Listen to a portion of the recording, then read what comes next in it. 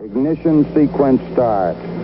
6, 5, 4, 3, 2, 1, 0.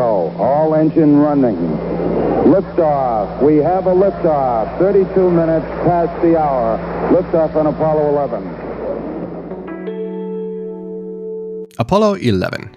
Man, what wouldn't I have given to experience this fantastic event live. Nevertheless, we will soon have another opportunity to witness a rocket launch carrying people to the moon, the Artemis program.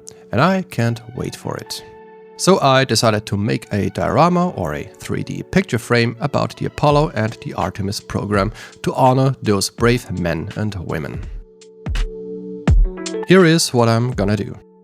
I take a Saturn V miniature rocket from the Apollo mission and the new Artemis rocket. Then I will cut both rockets in half, give or take a few centimeters. Place them on top of each other and then I'm gonna put them in a nice big wooden frame.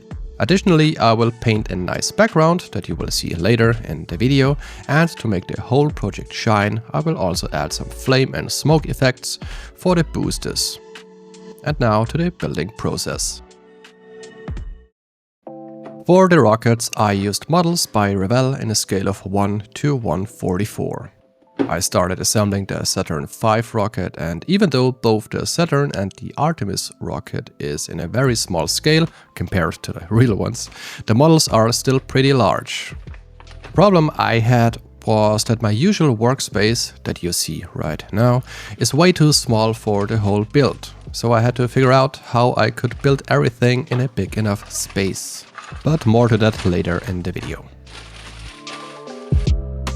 The nice thing was that I only had to assemble half of the rockets, which saved some time and also gave me spare parts for potential future projects.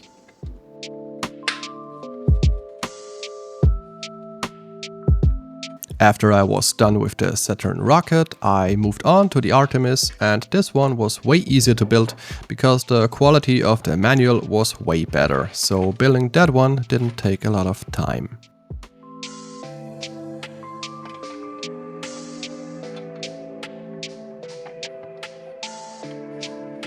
When I was done assembling, I had to figure out how I could cut the rockets in half for a nice transition. I measured the distances and angles and then I cut both in a 45 degrees angle. But I did that outside off camera. Now it was time to paint both rockets. I base coated everything with my airbrush and a white primer paint, and you might be thinking, why do you paint the Apollo rocket white if it is already white? Fair question. This wasn't about the color itself, but about the colors and decals that will follow later. Because additional colors stick way better on primed surfaces than on bare plastic.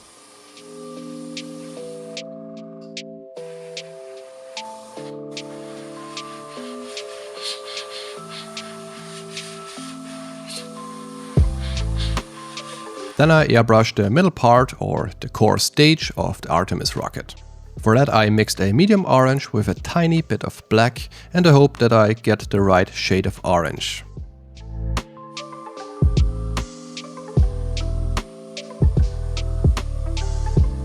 And the result was, in my opinion, pretty good.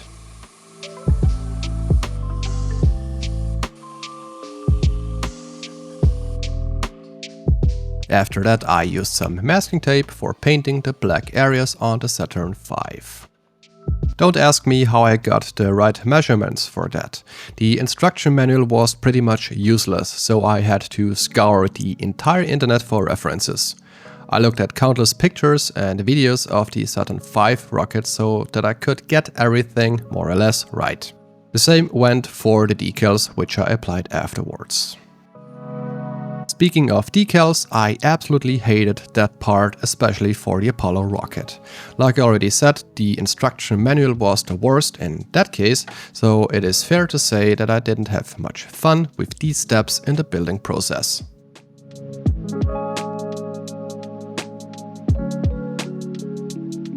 The Artemis rocket was much better because the manual was just more precise and more straightforward.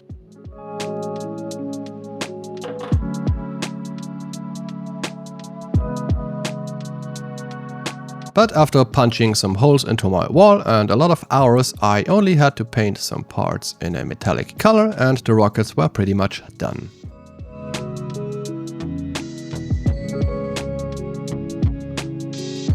Next big steps were to build the frame and to paint the background.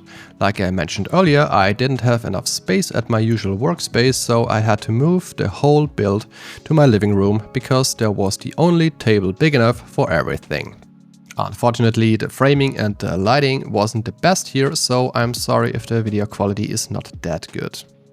First I painted the background. I wanted to have the moon at the top, right behind the tip of the rocket. As template I used this plastic bowl. After I was happy with the position of the moon, I started painting or drawing with oil pastels. I wanted to make a kind of half moon, but the correct term for this moon phase would actually be waxing gibbous. I had to look it up myself because I didn't know how to call specific moon phases. But that's the cool thing with such projects which are based in reality. You have to do research and you learn a lot of things. Waxing gibbous. That's gonna be my new favorite word for the next few weeks.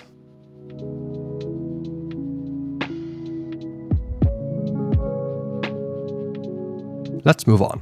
I covered the waxing gibbous moon with masking tape and then I finished the rest of the background. For that I wanted to make something like Earth's atmosphere that transitions into the blackness of space, so nothing fancy. I'm gonna shut up now for a moment and let you watch me paint.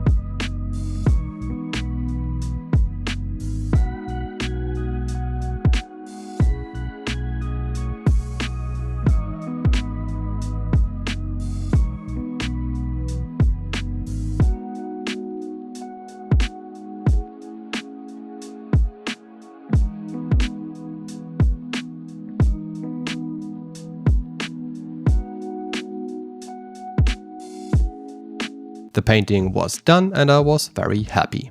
It turned out to be exactly how I wanted it to be. Then I painted the wooden planks for the frame and the color burnt umber, because I love this color. And after that I dry fitted everything to see how everything looks. I was satisfied with it, so I glued the frame in place and put some books on top to weigh everything down.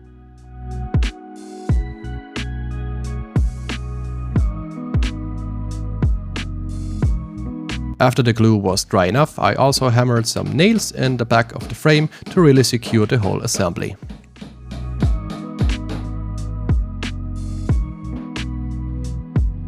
The frame was finished, but the rockets were still missing.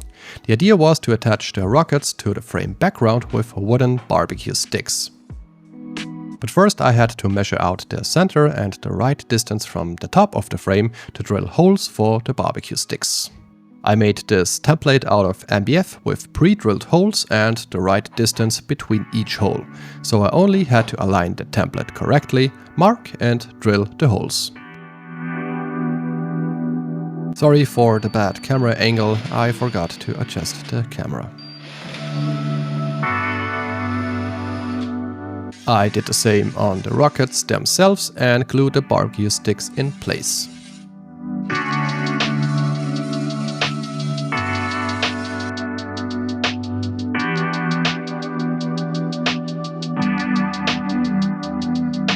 Then I carefully took the rockets with the sticks attached, put them in place and secured everything with super glue.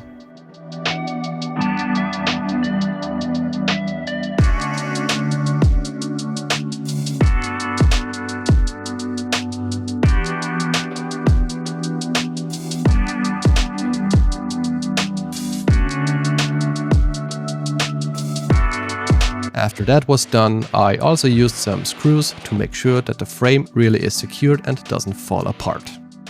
The frame was now completely done. All I have to do was to add the flame and the smoke effect for the boosters. For that I used barbecue sticks as well and LED filaments. I already prepared the LEDs by attaching the wires, so I only had to glue the LEDs to the sticks with super glue.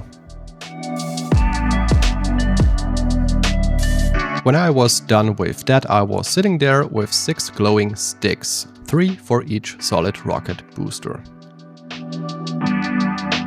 Before I put the LEDs in place, I needed a switch to turn them on and off and a power supply which holds AA batteries. I drilled a hole into the bottom left corner of the frame, put the switch in there and glued the switch and the power supply in place with hot glue.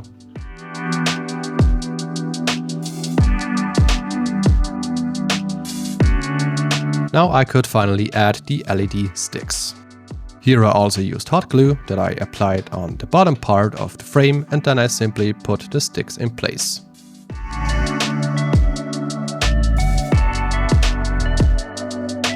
After connecting the remaining wires with the switch and the power supply, the circuit was built in parallel if you are curious, and then came the scary part, to test if everything still worked. And it did. What a relief. To fully sell the effect and also to hide all the wiring, I attached a lot of cotton wool with my hot glue gun. The final step was to hide the power supply, so I made this little cover which was secured with tiny magnets with the inscription Per aspera ad astra, which means with hardship to the stars. 2, 1, 0. All engine running. Liftoff. We have a liftoff. 32 minutes past the hour. Liftoff.